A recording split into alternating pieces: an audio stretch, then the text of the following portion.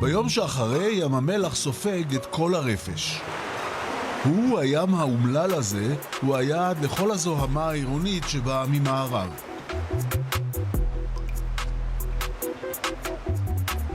יחסית ליום חופש אחרי פסח יש מעט מאוד מטיילים. האסון שאירע דרומה מכאן עדיין רב השפעה. ריק, היום חריג. כן, תחת שיטפונות, לא נכנסים, בטיחות, לא נכנסים, השער סגור. מחר בשעה הזאת? השעה הזאת לא היה מקום לחנות פה. וגם לציידי השיטפונות צפויה היום אכזבה. גשם יש שיטפון אין בינתיים. גשם יש שיטפון אין. קבל דיווח אם ירד שיטפונות, תדווחו לנו וניסע, נראה. יפה. בדרכים, ביום שאחרי הסופה הקטלנית, באזור שחוזר לשגרה בקצב הזרימה בנחלים.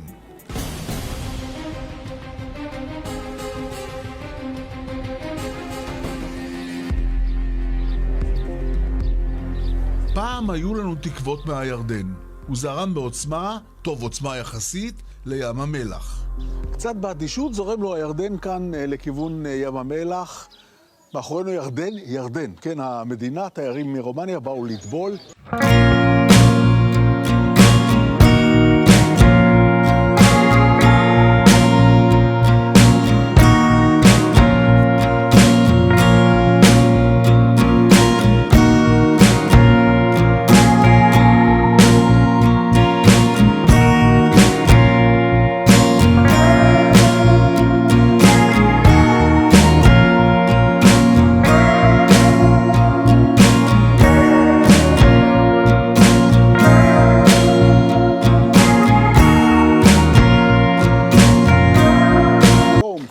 מאתמול בלילה הם עלו בערך, אני אומר איזה 4 סנטים, קל. כן? כן. ובחורף כל הדק הזה שאתם עומדים וראיתם, העץ, כן. נעלם, לא רואים אותו. מסכן ים המלח. ספר לי, אני נולדתי בים המלח. כן? איפה? עצוב, בקליה. באמת? עצוב, באמת עצוב. מחר אם תבואו שוב פה לצלם, אתם תראו את זה... שוב יורד. כן, אתם תראו ממש את המעקות. כרגע לא רואים את המעקות שמחזיקים בהם, אבל אתמול ראו אותם לגמרי, כאילו. בצפון ים המלח גשם שוטף, בלי הפסקה. אבל שום דבר כבר לא יעזור לים. באזור הצפוני הזה הוא היסטוריה רחוקה. פעם ישבו כאן המון אנשים, היו יושבים כאן, היה כאן שולחנות, קפה, מה שאתם רוצים, משקיפים על הים שכבר איננו. עצוב הסיפור הזה, בחיי. לפני מלחמת ששת הימים, הוא היה חלק ממלון אילטון שנמצא שם במקום הזה. היה שם, חלק מהמלון עדיין נמצא, וים המלח הגיע עד לפה, מפה היה מזח, היו אנשים באים, יושבים פה, קפה, תה, עוגה, יוצאים לשייט קצר, חוזרים, זה היה מתחם הלידו, זה כאילו פטיו כזה על הים. המעברים באזור הזה חדים, הגשם מתחיל ופוסק בהתראה קצרה. זה די מוזר לראות את השביל ככה פנוי לגמרי. כן, לגמרי, ריק. מאוד לא אופייני. בתקופה הזאת. בטח לא בפסח, לא בתקופה הזאת של מטיילים. כן. יום מקסים וריק. כן. היום לטייל. ברגע שנפתח בצורה בטוחה, כן. היום לטייל בנחלים. אבל הוא היה סגור עד לפני זמן קצר, נכון? לפני 2-3 היה סגור, גם ככה חלק גדול מהמסלול סגור. כן. נחל דוד הוא ממקורות אספקת המים באזור, והוא עובר עכשיו טיפול וניקוי מהבוט שזרם אליו מהצפון. לפני 2 כל הבריכה הייתה מלאה אבנים ובוץ, ואי אפשר לקחת מים. גם עכשיו המים עוד מלוכלכים, מה שנקרא חירות גבוהה.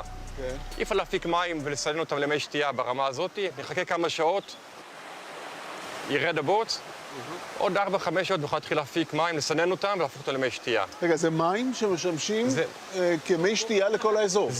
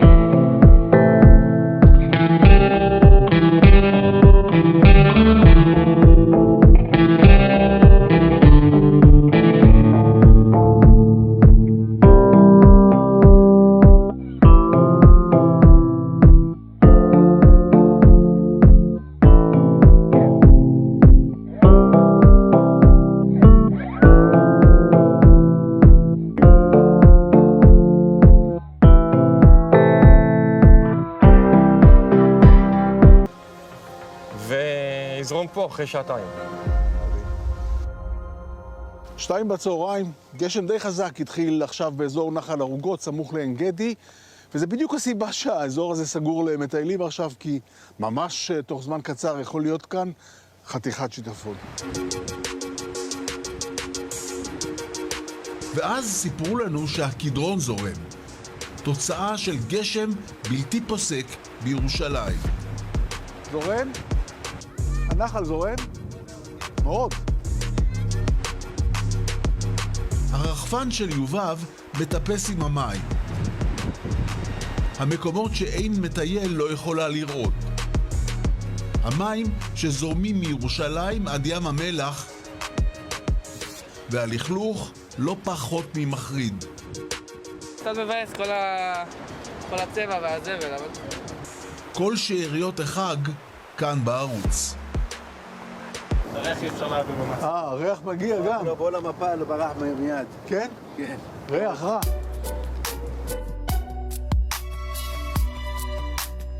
אומרים שבימים הקרובים, חג העצמאות בוודאי, יבואו לכאן המונים. מצפה להם טבע רענן. אולי עונת השיטפונות חלפה, אבל זהירות כאן מחויבת המציאות.